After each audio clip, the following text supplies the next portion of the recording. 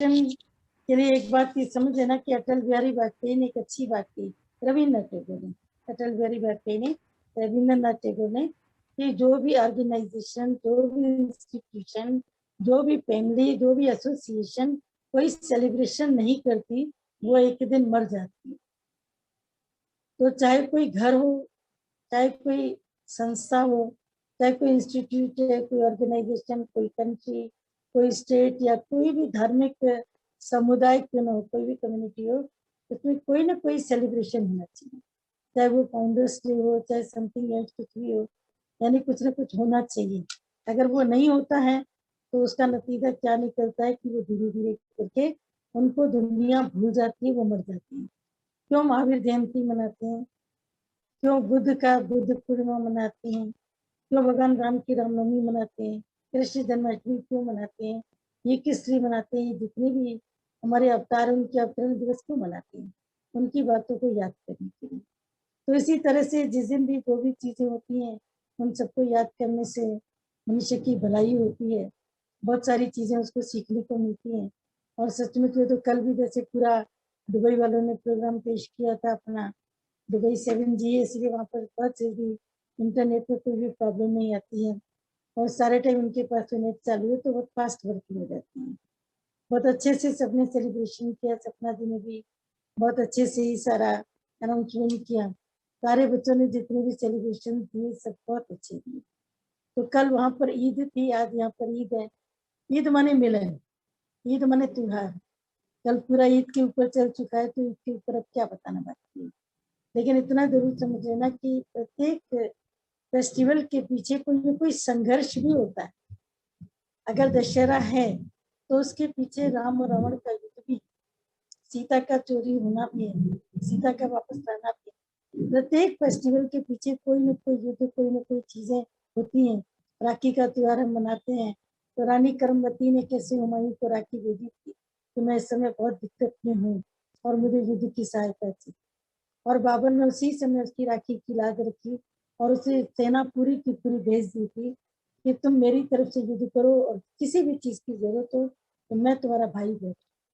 तो प्रत्येक युद्ध के पश्चात ही त्योहार है। तो युद्ध भूमि में उतर करके ही मनुष्य शांति और त्योहार की तरफ चलता है। और ये भी ईद जो मनाई गई उसमें भी बकर का पूरा युद्ध था, जो पूरा युद्ध मोहम्मद साहब जीत करके आए थे। उसके बाद में ये लोगों ने सबको मीठी सिवई खिलाई थी और खजूर खिलाए थे, तो तब से लेकर के मीठी ईद के नाम से मशहूर है। मोहम्मद साहब के ऊपर कितनी दिक्कतें आई, उनका जन्म मक्का में हुआ था, रहे मक्का में थे, लेकिन मक्का में रहने के बाद भी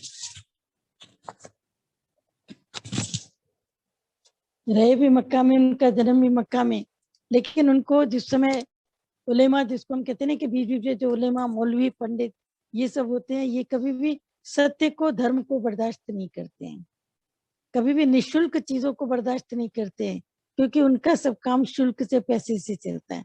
और मोहम्मद साहब ने सबको ये निशुल्क आयतें देना शुरू किया, ज्ञान देना शुरू किया, जिसको लोगों ने बर्दाश्त नहीं किया कि ये खुदा की आयतें क्यों सुना रहा है, खुदा की बातें क्यों कर रहा है। तो उसको किसी बहाने से देश ने निकाला दिया और उसको मक्के से निकाल दिया, मक्के से निकाल करके उसको मदीने की तरफ भेज दिया। तो मक्के मदीने के अंदर ही देखो तुम काबा, कैसे उन्होंने काबे का निर्माण कर दिया, कैसे काबा बना। काबे में 365 मूर्तियां थी, 365 स्टेचूज। क्या जैसे बात चली थी ना कि क्यों ये बुत परस्ती के खिलाफ हुए, कि जो बुत बनाते थे उन बुतों के पीछे झगड़े होते थे, खून खराबा होता था। तो उस समय काबे में 365 स्टेचूज थे।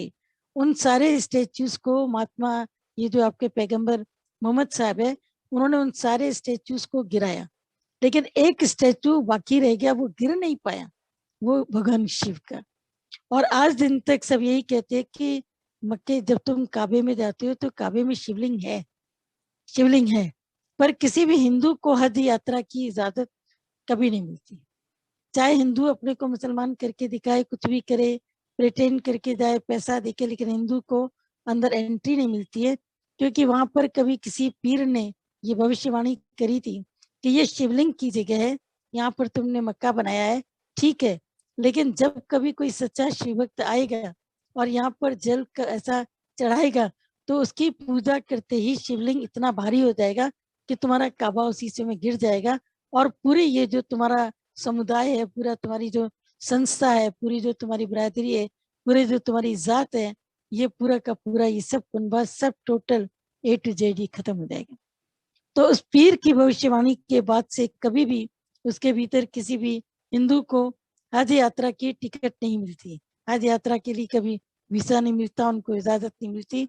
सुरक्षा जब आपका रेडी हो जाए तो एक बार मैसेज डाल दीजिएगा, तो किसी को भी वहां पर जाने की इजाजत नहीं मिलती है। लेकिन फिर भी जब भी मुस्लिम कोई भी अंदर जाता है काबे में, तो काबे में जाकर के वो शिवलिंग को भी चूमता है। उनका जो स्टाइल होता है, उनका चूमने का स्टाइल होता है, वो अंदर जाकर के वो शिवलिंग को भी चूमता है और उसके पश्चात ही उनके कार्य शुरू होते हैं।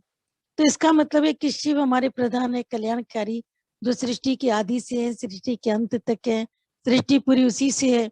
हमारा काम कोई ब्रह्मा विष्णु महेश की तरफ जाना नहीं है और न ही मोहम्मद साहब की तरफ कोई बात करनी है। बात केवल इतनी करनी है कि हर जो पैगंबर आए हैं, हर पैगंबर के जो स्मृति के दिन है, उनके पीछे कोई ना कोई युद्ध छिपा है। बिना युद्ध के कभी भी शांति नहीं होती है, वार एंड पीस। और एक आम व्यक्ति मनुष्य जीवन में क्या चाहता है? केवल शांति चाहिए, मुझे केवल शांति चाहिए। किसी से भी पूछो, एक बच्चे से भी क्या चाहिए? शांति। I want only peace, mummy please leave me alone, मुझे शांति चाहिए। तो शांति सच्ची कहाँ है? ये तुम्हारे भीतर, ये गुरु ने बताया। अभी तक तो सुई हम बाहर ही ढूंढ रहे थे, अभी तक तो सुई बाहर ही ढूंढ रहे थे।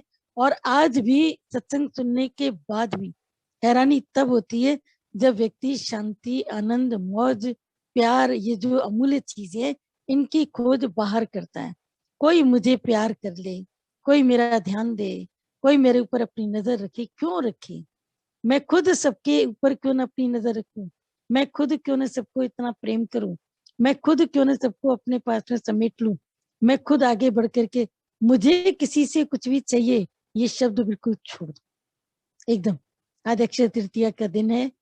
भगवान ने हमें इस दिन पर अक्षय पात्र दिया था। भगवान ने पांडवों को अक्षय पात्र की प्राप्ति हुई थी, जिसमें दुर्वासा ऋषि के भोजन की बात तुमने सुनी है कि दुर्वासा ऋषि को जिस वक्त में दुर्योधन ने भोजन करा करके अपने वश में किया, तो उसने एक प्रतिशोध वश दुर्वासा ऋषि को कहा कि पांडवों को आशीर्वाद आप नहीं देंगे क्या? क्योंकि पांडवों को तो वनवास मिल चुका था।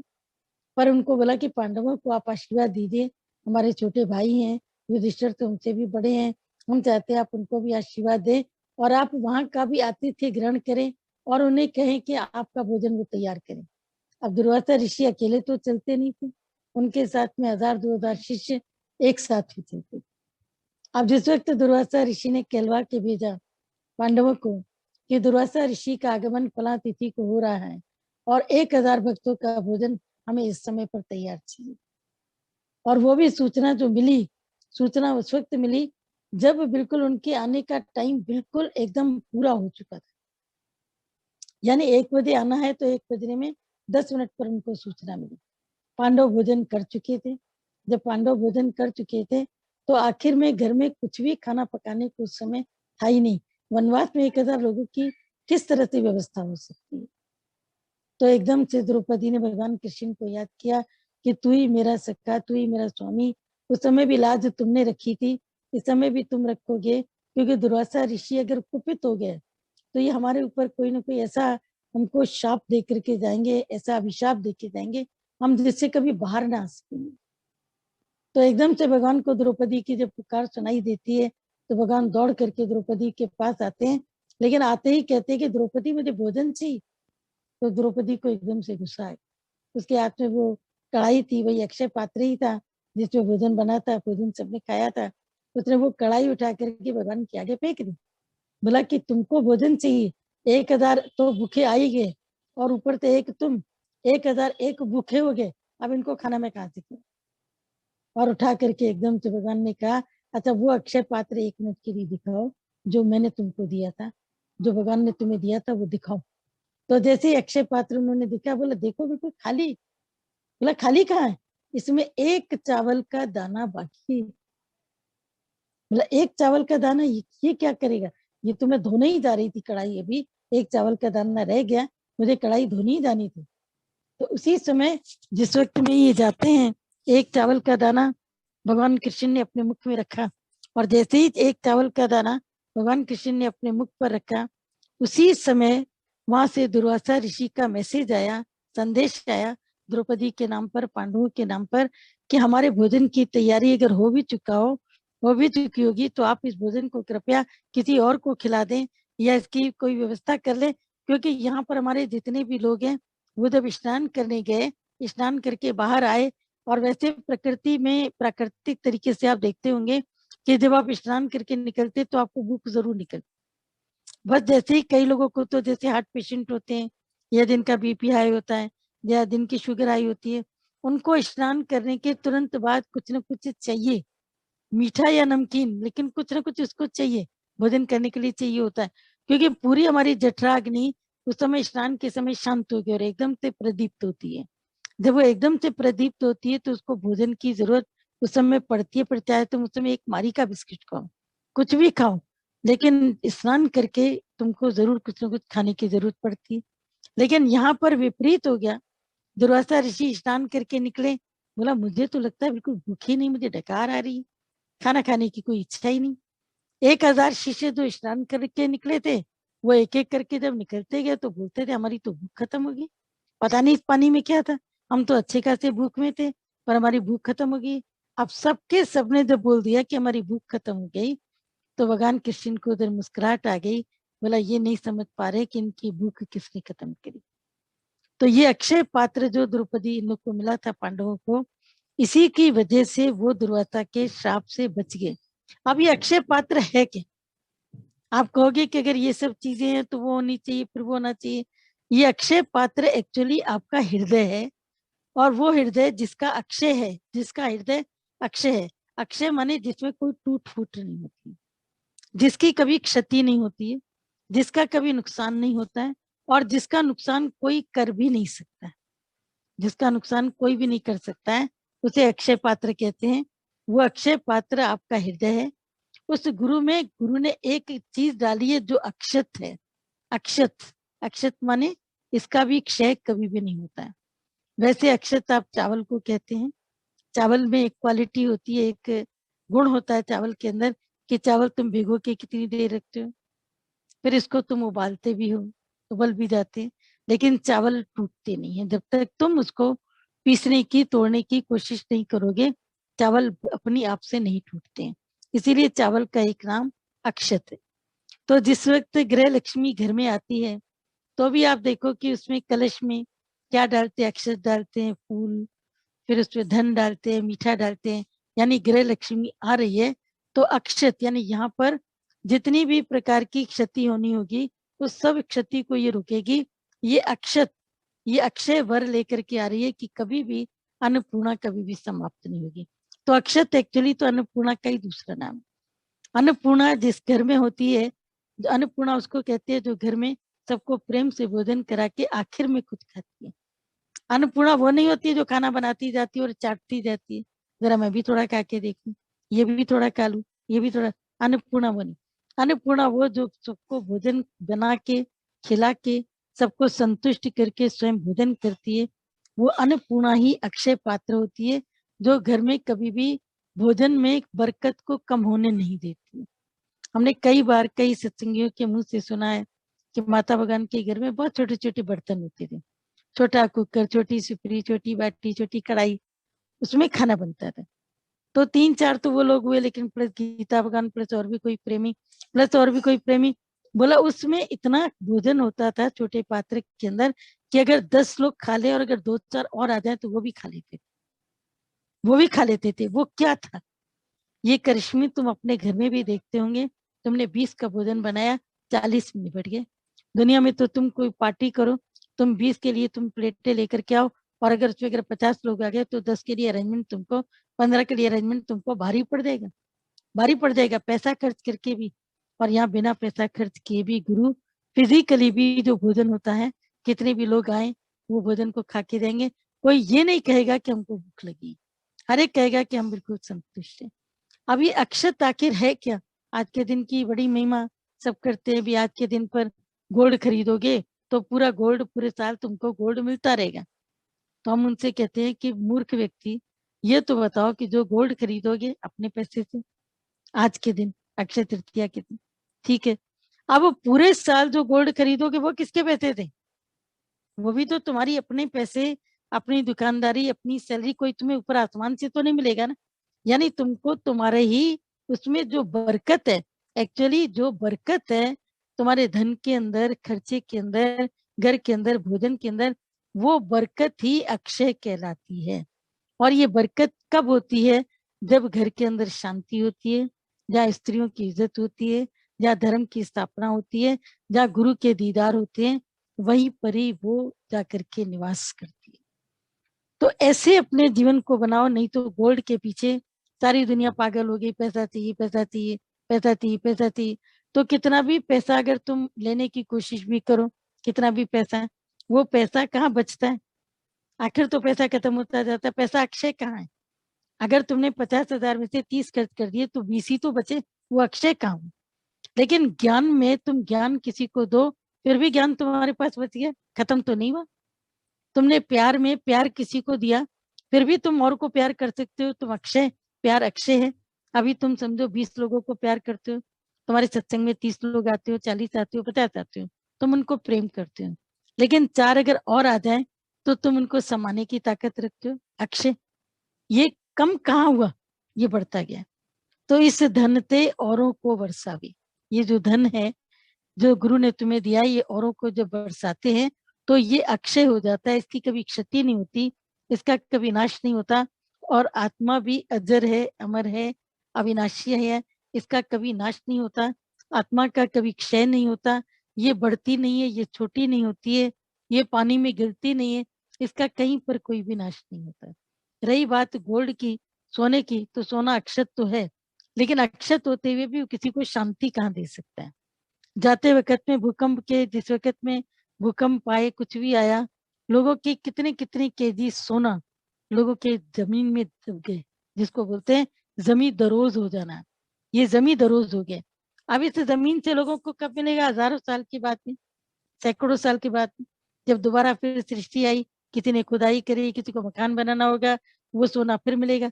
लेकिन सोना अक्षय होते हुए भी हमको सुख कहाँ देता है? तो इसलिए वो अक्षय चीज तो उसको कहते हैं जो कभी भी जाए ना, लेकिन हमारे मन को सुकून देवे, हमारे मन को शांति देवे। कि कोई भी दर्शन जिस समय करते हैं, दादाजी का दर्शन किया, आज के दिन पर तुम गुरु का दर्शन करते हैं, तो गुरु का दर्शन तुमने सुबह को किया, अभी भी शायद कोई लिंक मुझे लगता है तैयार है, ऐसा लग रहा है। अगर तुम गुरु का दर्शन करते हैं तो पूरे साल वो गुरु की वाणी, गुरु का ज्ञान तुम्हारे भीतर में चलता है।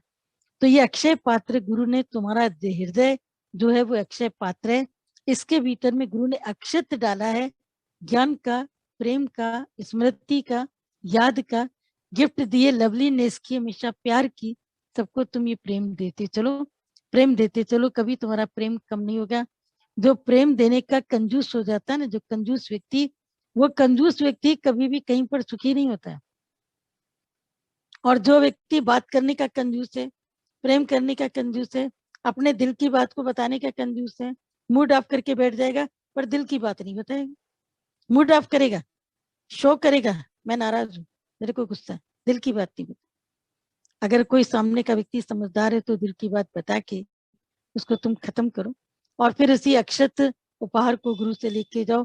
छोटी छोटी चीजों में खुश मत हो जाओ। हम गए थे, कभी कभी तो एक आध कुछ एक चीजें, अभी अपनी लैंग्वेज की भी सुधारने की बहुत जरूरत है। ये जाने अनजाने होता है, जानबूझ के नहीं होता है।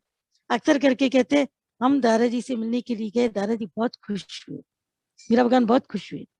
आप समझ रहे हो कि आप क्या कह रहे हो? यानी वो पहले ना खुश थे, तुम गए तो खुश हुए। तुम जो अभी पूरी तरह ज्ञान पूरा समझा भी नहीं, टके पैसे की अभी केवल तुम्हारी जिंदगी बनी, तुम्हें देख करके गुरु खुश हुआ।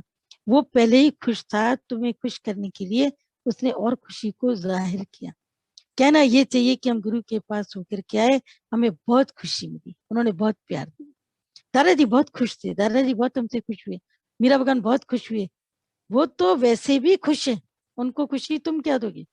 खुशी तो उसको देनी है जो दुखी बैठे, जो दुखी आराम है, वो तो पहले ही सुखी आराम है। उनके जीवन में कोई दुख है ही नहीं, उन्होंने खुशी दे रखी है, खुशी ले रखी है, खुशी बांट रखी है, तो जिसने खुशी को ले रखा है, जिसने खुशी को दे रखा है, जिसने खुशी को बांट रखा है, उसके लिए ये शब्द कैसे इस्तेमाल करते हो कि वो बहुत मिलके खुश हुए, हम मिलके खुश हुए। एक्चुअली तो हम अपनी खुशी के लिए गए थे, लेकिन गुरु ये इजहार करता है, देखो मैं तुमसे मिलके भी बहुत खुश हूँ। लेकिन वो हमेशा से खुश है, कल भी खुश था जब तुम नहीं थे, आज खुश तुम्हें दिखा रहा है कि मैं बहुत खुश हुआ हूँ, तुमसे मिलकर के मुझे बहुत अच्छा लग रहा है। पर एक्चुअली ये शब्द तुम्हारे होने चाहिए कि गुरु आपके दरवाजे पर आकर के मुझे बहुत कुछ मिला है। वो शुक्राना, जैसे दादा जी ने आज बोला ना, क्या 3 दिन का मजा है, 3 दिन का त्योहार है। तो पहले तो हमको भी सोचना पड़ा भी 3 दिन आज कौन से हैं, 3 त्योहार तो है नहीं, आज तो एक अक्षय तृतीया है और एक तो आपका ये ईद है, ये तीसरा त्योहार कौन सा है। दादाजी ने कहा आज शुक्रवार, शुक्राने का दिन है, शुक्राना करते जाओ करते जाओ। और जो मुस्लिम्स होते हैं, अगर शुक्र के दिन ईद पड़ती है, दे आर वेरी हैप्पी, उस दिन को बड़ा, वो अपने आप को समझते हैं कि बड़े भाग्यशाली हैं कि शुक्र के दिन, शुक्राने के दिन को, ये शुक्रवार को बहुत ही तवज्जो देते हैं। क्योंकि शुक्रिया की नमाज इनकी जो होती है, अंतिम नमाज होती है, अलविदा नमाज जिसको कहते हैं, ये शुक्रिया नमाज होती है कि शुक्रिया जो तुमने दिया, शुक्रिया। इसीलिए शुक्र के दिन ये 5 टाइम नमाज इनकी जरूरी होती है। पूरे हफ्ते में अगर ये न भी जाए नमाज पढ़ने के लिए ईद में मस्जिद में, लेकिन शुक्रवार के दिन ये जरूर जाते हैं। सुबह दोपहर शाम की जो भी इनका 5 टाइम होता है, कोई एक टाइम की नमाज ये जरूर अता करते हैं। शुक्रवार की नमाज उनके लिए एक मस्ट है, एक कंपल्सरी है। पूरे हफ्ते अगर तुम नहीं गए जा पाए हो मस्जिद में, तो शुक्रवार के दिन तुम कम से कम हफ्ते में एक दिन शुक्रवार यानी शुक्रिया करें। तो आज वास्तव में शुक्रिया का दिन है, गुरु के शुक्रिया का दिन है कि गुरु ने हमें अक्षत चीजों के उपहार दिए। श्रद्धा अक्षत है, ये कभी नष्ट नहीं होती। परशुराम जयंती भी आज है, परशुराम जयंती आज के दिन परशुराम का हुआ, महावीर जी का भी कोई दिन आज पर है। यानी बहुत सारी चीजें हैं, लेकिन बहुत सारी चीजें होने के बाद भी सिर्फ तुम इतना समझ दो, अक्षय माने जिसका कभी क्षय ना हो। तो जो क्षय होने वाला मनुष्य है, वो अक्षय शांति की तलाश करेगा, कैसे मिलेगा। जब वो अक्षय हृदय पात्र उसके पास में होगा, अक्षय श्रद्धा पात्र होगा, क्योंकि पात्र नहीं होगा, पात्रता नहीं होगी, तो हमें गुरु से ज्ञान कैसे मिलेगा। पीछे किसी ने एक बहुत अच्छा एक लिख के भेजा था इंग्लिश का, हम ढूंढ के आपको भेजेंगे अगर ग्रुप से भेजा, कि किसी यूनिवर्सिटी में, फॉरेन की किसी यूनिवर्सिटी में बड़ा डिस्कशन चला कि गाय दूध देती है या गाय दूध नहीं देती है। 2 क्वेश्चन थे उसमें, तो सबने लिख करके इसमें टिक मार्क करके भेजा, एक ऑप्शनल पेपर जैसे आता है, तो उसमें बॉक्स में राइट का टिक मार्क के भेजा कि गाय दूध देती है। तो टीचर ने सबका नंबर कर दिया 0। तो सब एकदम से बोले कि टीचर ने क्या किया, गाय दूध देती है, गाय दूध देती है, गाय दूध देती है। सबने एक दूसरे से डिस्कस किया, दूसरे टीचर से डिस्कस किया, प्रोफेसर से, सबने बोला हाँ भाई गाय तो दूध देती है। ये टीचर ने इसको काटा क्यों, आपके नंबर क्यों 0 किए। आप अपने टीचर से पूछो कि उनको गलती तो नहीं होगी, कहीं ऐसा तो नहीं कि वो नीचे उनको मार्क्स जो देने थे, वो नीचे के टिक को ऊपर समझ बैठे, ऊपर का नीचे समझ बैठे हैं। आप एक बार जरा बात करके दो।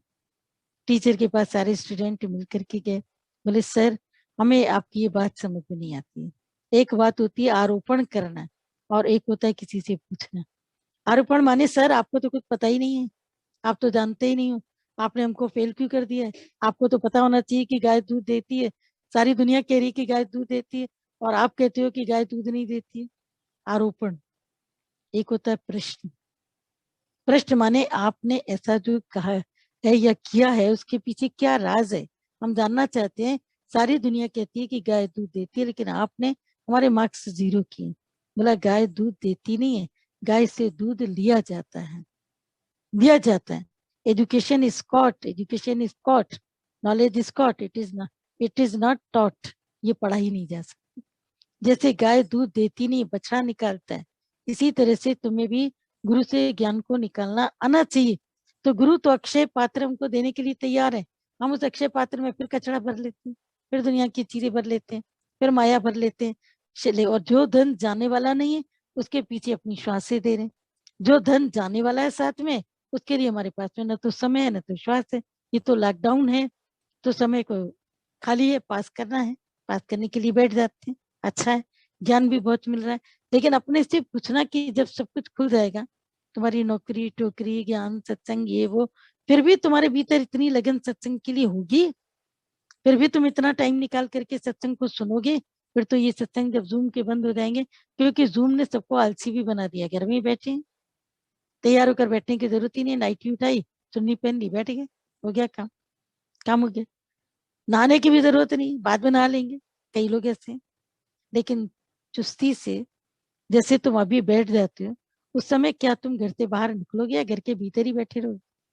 जूम ने सबको कह दिया कि सबको सत्संग हम घर बैठे सुना रहे हैं, होम डिलीवरी हो रही है। तो इस होम डिलीवरी के प्रति हम इतने आकर्षित हो गए, इतने लालायत हो गए, इतना प्रलोभन मिल गया, इतना आलस्य मिल गया, तो वो आलस्य कभी भी तुम्हारे काम नहीं आएगा। जब तुम्हारा सत्संग खुल जाए उसके बाद में जूम थोड़ी चलेगा, फिर जूम के बाहर तुमको निकल करके फिर मेहनत करनी पड़ेगी, फिर अपनी आदत डालनी पड़ेगी। हम लोग देखते थे टीचिंग में भी, बच्चों की तो बात हम बाद में करेंगे, टीचिंग में भी जिस वक्त 1 महीने 40 दिन की हम लोग को छुट्टी मिलती थी, 40 दिन की छुट्टी में हम लोग जाते थे सुबह शाम, दोनों टाइम सत्संग थे, पर एक आराम परिस्थिति तो आई जाती, छुट्टियां चल रही, आराम परिस्थिति। उस 40 दिन के बाद में जब पहले दिन स्कूल जाना होता था, तो लगता था 2 दिन छुट्टी और नहीं बढ़ सकती क्या, ये 2 दिन पहले क्यों बुला लिया, 4 दिन पहले क्यों बुला लिया जाता था, अक्सर करके जून के लास्ट वीक में ही हम लोग को बुला लिया जाता था, 30 डेज के बाद में छुट्टियां कर, अरे भाई इनको छुट्टियों की काटने का बड़ा शौक है। तो हम देखते थे जब हम लोगों का मन नहीं कर रहा, बच्चों का मन कैसे करता होगा, तो बच्चे भी अनमने पंथे आते थे, 8-10 दिन तो उनको अपने दिमाग को सेटल करने में लगते थे कि भाई हम घर में नहीं, हम स्कूल के भीतर मौजूद हैं। ठीक इसी प्रकार से जूम के बाद जब तुम्हें सत्संग आना पड़ेगा, तो काफी टाइम तुम्हें अपने मन को ट्यून करना पड़ेगा, आलस्य छोड़ो, त्यागो, बाहर निकलो, नींद बिस्तर छोड़ो, और अभी भी नींद बिस्तर छोड़ो, निकलने के लिए हर वक्त में अपनी तत्परता रखना। जो व्यक्ति कार्य के लिए तत्परता रखता है, जैसे उस दिन दादाजी का सुना कि चिट्ठी लिख करके अगर कोई व्यक्ति कहता था दादाजी चिट्ठी हम बाद में ड्रॉप कर देंगे, अब 1 घंटे के बाद हम जा रहे हैं तो हम लेते जाएंगे, तो दादाजी उस व्यक्ति को दोबारा कुछ नहीं कहते थे, चुपचाप अपनी चप्पल पहनी, लेटर उठाया, घर से निकल गए। तो लोग समझते थे शायद दादाजी वॉक करने गए, पर जिस व्यक्ति को चिट्ठी ड्रॉप करनी होती थी वो 1 घंटे के बाद में इधर उधर चिट्ठी तलाशता था, एनवेलप कहाँ गया, एनवेलप कहाँ गया, एनवेलप कहाँ गया, पता नहीं, हमने तो नहीं देखा। दादाजी से पूछा, दादाजी एनवेलप रखा था आपने, कहीं गया, आपने देखा?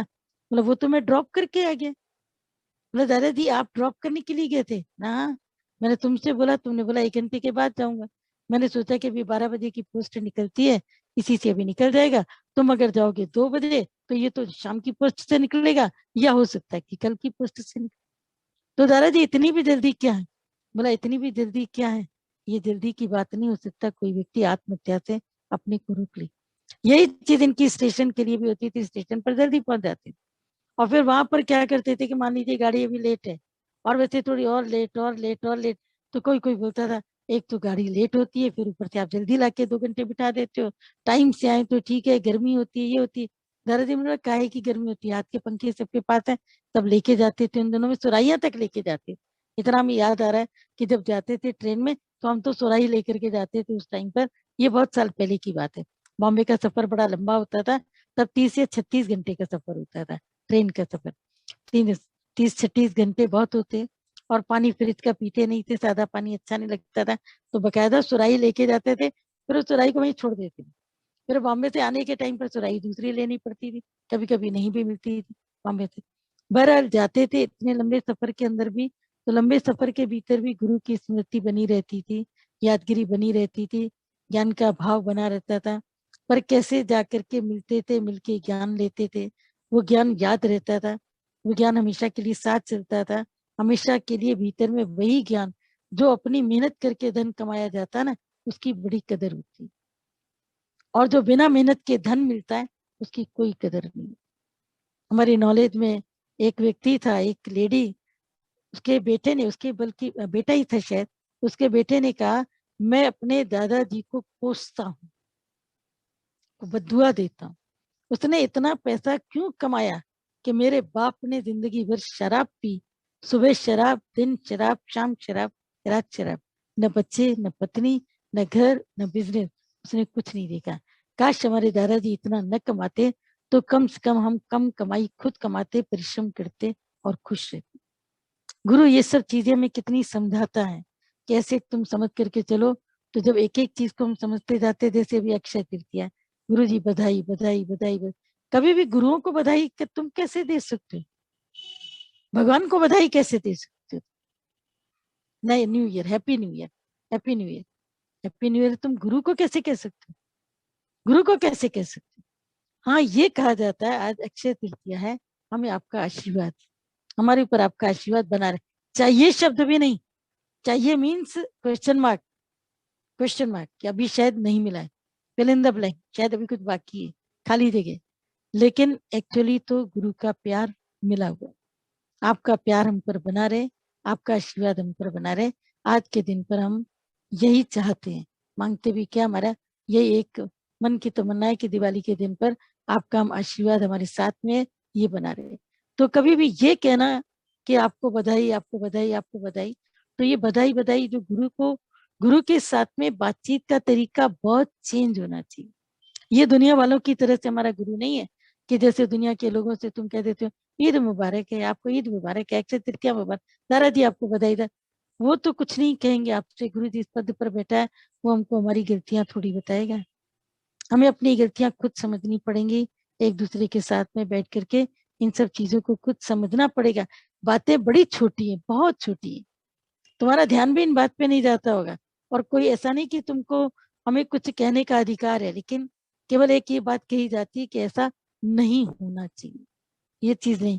बस हमेशा ही खुश रहो, गुरु ने हमें जो खुशी दी है उस खुशी का कभी नाश नहीं होगा। गुरु ने तो हमें अक्षत धन दिया, अक्षय धन दिया, लेकिन क्या हमारा पात्र भी अक्षय है? ये अपने से पूछना है कि कभी भी धन छूटे ना, खूटे ना, कभी कम ना हो, कभी अकेले भी रहो हॉस्पिटल के अंदर तो तुम्हें अकेलापन न लगे। ये बीमारी ऐसी है जिसमें भाई भाई के पास, बहन बहन के पास, बेटा माँ के पास, माँ बेटे के पास तो जा भी नहीं सकते। उस वक्त में उस दिन भी किसी ने बोला उनके घर में किसी की डेथ हुई, बोला ये कैसा वक्त है कि हम एक दूसरे के गले लग के रो भी नहीं सकते हैं, एक दूसरे को गले से भी नहीं लगा पा रहे, ऐसा ये वक्त है। एक दूसरे पे सब रो रहे, रो सब रहे, लेकिन कोई किसी का रोना कम नहीं कर पा रहा, क्योंकि रोने के वक्त कंधा चाहिए होता है। कंधा दो ही टाइम चाहिए होता है, एक तो रोने के टाइम पर किसी का कंधा चाहिए, दूसरा मौत के बाद किसी का कंधा चाहिए। जीवित व्यक्ति को किसी का कंधा नहीं चाहिए, हंसने वाले व्यक्ति को किसी का कंधा नहीं चाहिए। मरने के बाद तो राम नाम संग है, पता नहीं वो बिस्कुट की तरह जला दिया जाएगा, मशीन में डाल दिया जाएगा, मालूम नहीं उसी जगह पर ही उसको दफना दिया जाएगा। आने वाले कल का तो कुछ भी नहीं पता है। आज का क्या पता था कि सड़कों के ऊपर भी लाशें जलाई जा सकती हैं? आज का क्या पता था? कुछ पता था? खाली मैदान जहाँ पर शमशान घाट की व्यवस्था नहीं, जहाँ नल नहीं, जहाँ लकड़ियां नहीं, जहाँ यथोचित साधन नहीं, नदी का किनारा अक्सर करके जहाँ पर लाशें जलाई जाती हैं वहां नदी के किनारे होती हैं, जहाँ पर नदी का किनारा भी नहीं, भरी भीड़ में, भरे बाजार में, जहाँ पर कोई सुनसान इलाका है, लाशें रख दी गई हैं और पेट्रोल से जलाई जा रही। हैरानी की बात, उस दिन तो जब किसी ने बताया इतना दुख हुआ सुन करके कि मनुष्य जीते जी इतना कमाया, जीते जी इतना दौड़ा, लास्ट में उसको क्या मिला? पेट्रोल की आग। पेट्रोल चंदन की लकड़ियों के बीच में जलना चाहिए, लकड़ियां नहीं मिली, चंदन की तो दूर की बात है, कोई लकड़ियां प्राप्त नहीं, पेट्रोल की आग। तो गुरु ने जो अक्षय हमें धन दिया है उसके लिए हमारा पात्र भी अक्षय होना चाहिए। इस चीज की तपास करें, इस चीज की खोज करें, और अगर अक्षय पात्र नहीं है तो वो कैसे हो? नहीं तो गुरु का ज्ञान भीतर जाएगा और फिर इधर से उधर निकल के फिर माया में खत्म हो जाएगा, फिर विलीन हो जाएगा। तो ये अक्षय तृतीया की आप सबको बहुत बहुत ढेर सारी बधाई। अक्षय पात्र सुरक्षित रखिएगा, गुरु के अक्षय धन को, अक्षय ज्ञान को भी अपने साथ में रखिएगा।